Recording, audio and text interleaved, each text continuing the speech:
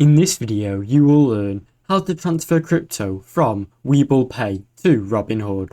First, ensure both accounts are set up. Ensure you both have a Webull account Pay and a Robinhood account, and they are set up with crypto enabled on both platforms. Check crypto availability on Webull. Log into your Webull account and confirm the crypto you want to send is available and in your Webull Pay.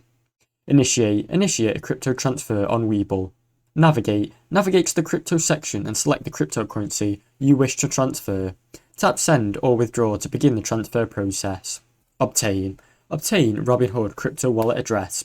Log into your Robinhood account, go to the crypto section and select the cryptocurrency you want to receive. Copy your Robinhood crypto wallet address for that specific coin. Enter Robinhood address on Webull. On Webull, paste the copied Robinhood address into the appropriate field during the crypto withdrawal process. Double check the address. Confirm and complete the transfer. Review the transfer details, including the amount, wallet address, then make sure to confirm the transaction. Wait for the transaction to complete, which may take time, depending on your network speed. Thanks for watching. Don't forget to like and subscribe.